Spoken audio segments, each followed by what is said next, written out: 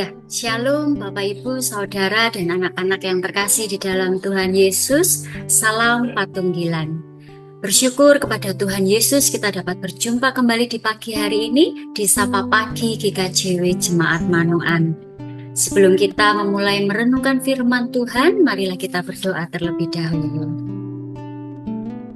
Tuhan Yesus, terima kasih atas kasih dan kebaikan-Mu ya Bapa, karena Engkau telah menyertai kami dalam istirahat kami sepanjang malam tadi dan membangunkan kami di pagi hari ini dengan tubuh jasmani yang sehat dan juga penuh dengan rasa ucapan syukur. Tuhan Tuhan izinkan untuk dapat beraktivitas.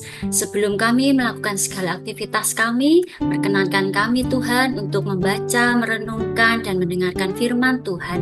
Kiranya Tuhan yang memberkati setiap kami, hamba-Mu yang lemah dan terbatas ini, kiranya Tuhan juga mengurapi, agar apa yang kami baca, kami renungkan, dan kami dengar, firman Tuhan ini dapat menjadi pelita bagi kehidupan kami.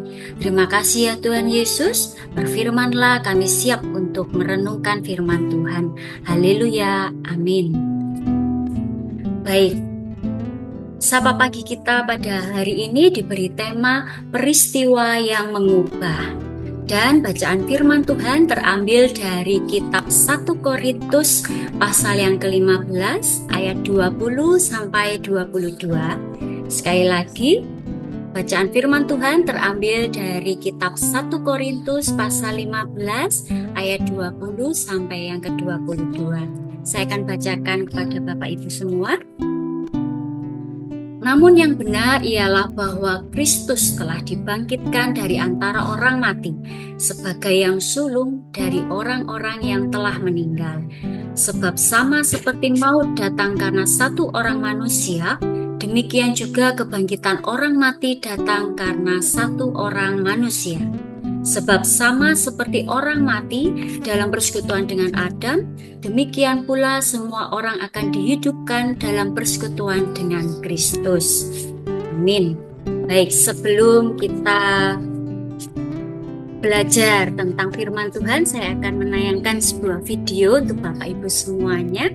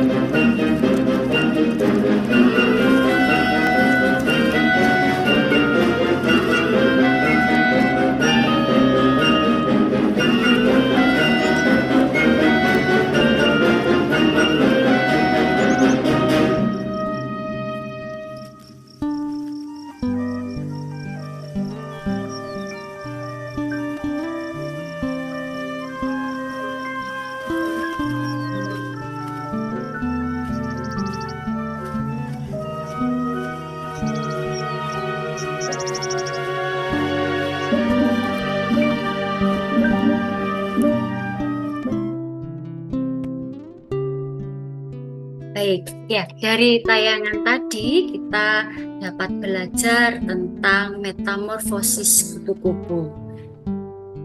Metamorfosis itu adalah proses perubahan bentuk dan struktur tubuh pada hewan setelah kelahiran dan penetasan. Ada dua jenis metamorfosis, yakni metamorfosis sempurna dan metamorfosis tidak sempurna.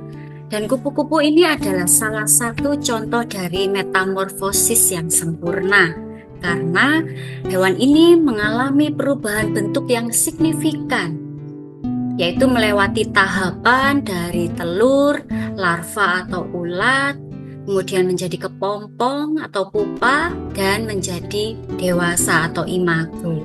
Nah, ketika kupu-kupu itu menjadi imago atau dewasa, kita pasti bisa melihat bahwa sangat indah, bukan? Jadi beragam warna dan corak yang dihasilkan oleh sayap kupu-kupu itu. Nah, kita kembali ke konteks bacaan kita, Bapak Ibu. Jadi ini adalah surat pertama dari Rasul Paulus untuk jemaat di Korintus. Korintus adalah nama kota kuno yang mungkin terkaya atau terpenting di Yunani, namun juga yang paling bobrok. Sebagai pusat perniagaan, Korintus diserbu berbagai macam jenis agama dan filsafat.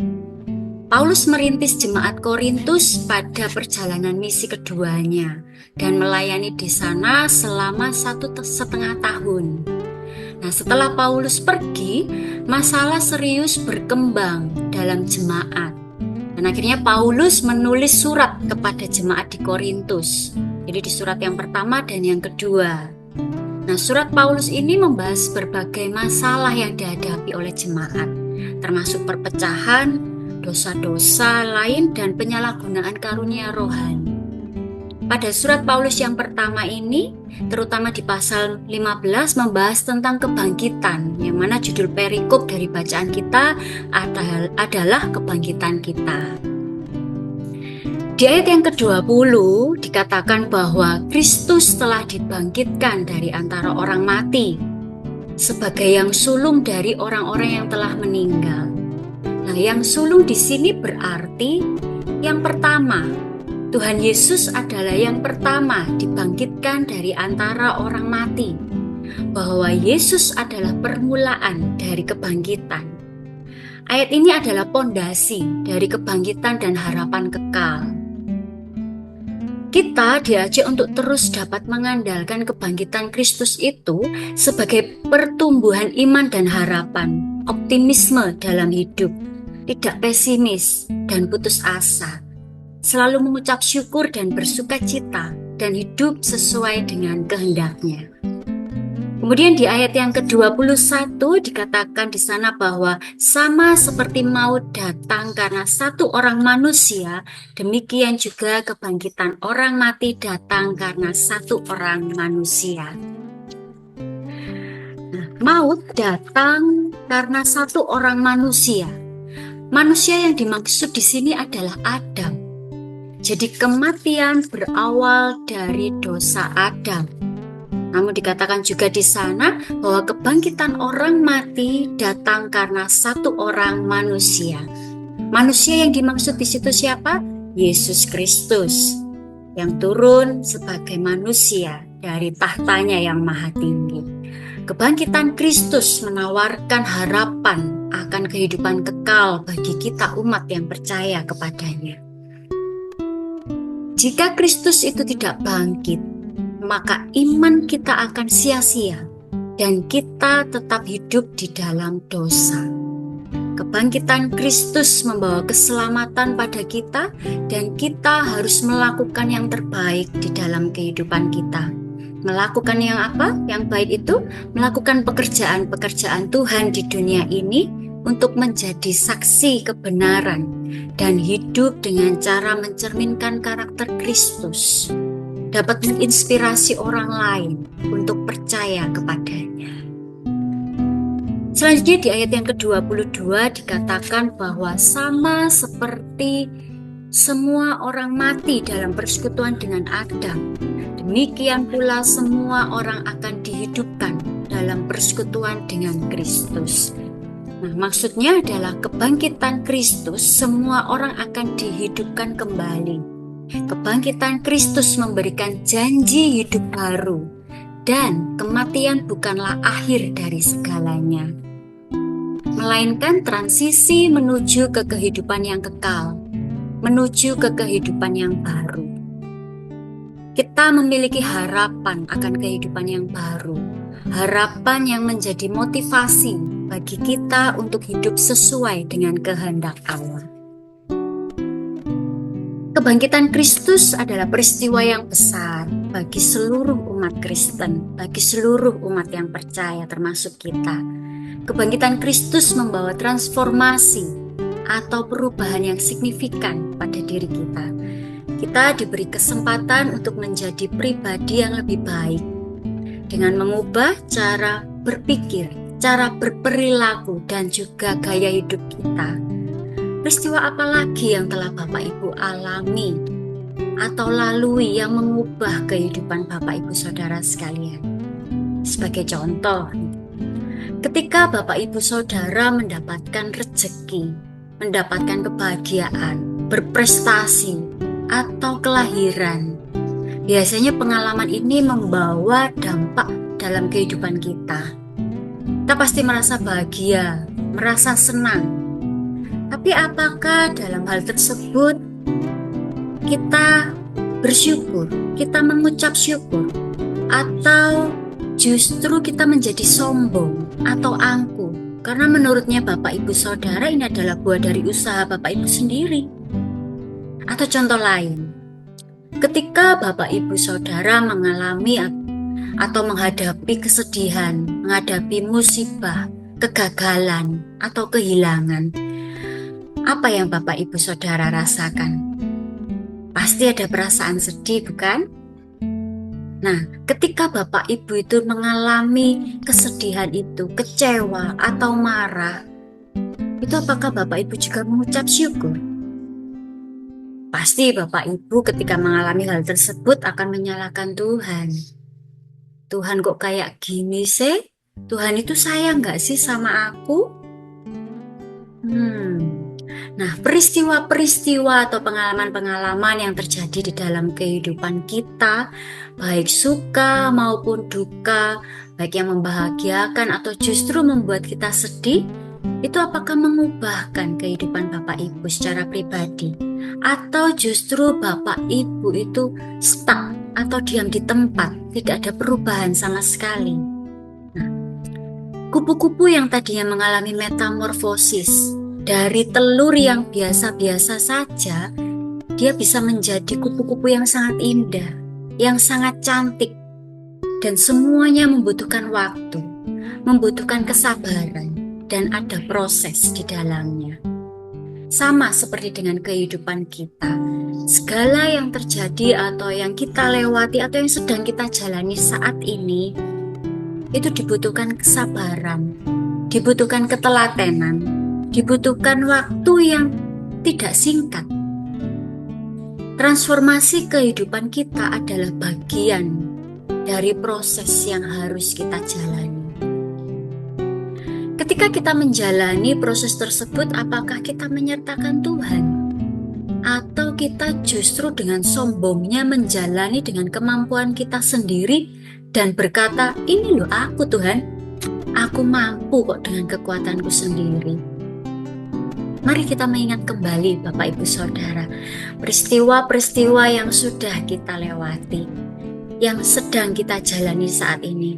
Apakah membawa perubahan yang signifikan dalam kehidupan kita atau mengubah kehidupan kita? Saat peristiwa tersebut membawa perubahan atau mengubah hidup kita menjadi lebih baik, percayalah bahwa Tuhan Yesus turut campur di dalamnya. Tuhan Yesus menemani kita dalam setiap proses kehidupan kita itu. Dalam perkara yang kecil saja, Tuhan Yesus tidak pernah meninggalkan kita. Tuhan Yesus tetap membersamai kita dalam menjalani proses kehidupan kita. Melalui peristiwa kebangkitan Kristus, kita telah dibangkitkan dari dosa turunan yang berasal dari dosa Adam. Melalui peristiwa-peristiwa atau pengalaman-pengalaman yang merupakan bagian dari kita berproses. Ketika Tuhan Yesus ada di dalamnya, kita menyertakan Tuhan Yesus, iman kita semakin bertumbuh dan kita memiliki harapan yang baru setiap harinya. Dalam menjalani kehidupan kita, Tuhan mengubahkan kehidupan kita menjadi lebih baik. Kita menjadi hidup benar di hadapan Tuhan dan menjadi pribadi yang lebih bijaksana dan mampu untuk bersyukur atau mengucap syukur di dalam segala hal. Amin. Ya, mari kita berdoa. Tuhan Yesus, terima kasih atas firman yang sudah kami baca, kami renungkan ini Tuhan. Ketika di dalam kehidupan kami sering kali lupa bahwa kehidupan kami dalam perjalanannya itu adalah bagian dari proses pertumbuhan iman kami Tuhan.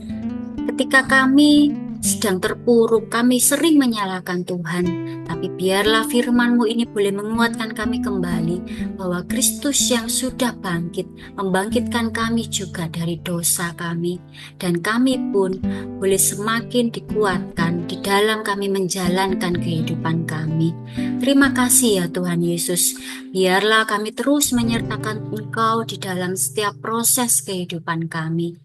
Dan saat ini Tuhan, kami akan melanjutkan segala aktivitas kami. Kami memohon Tuhan yang menyertai setiap kami, agar kami dapat melakukan segala aktivitas kami dengan menyertakan Tuhan dan selalu bersandar kepada Tuhan.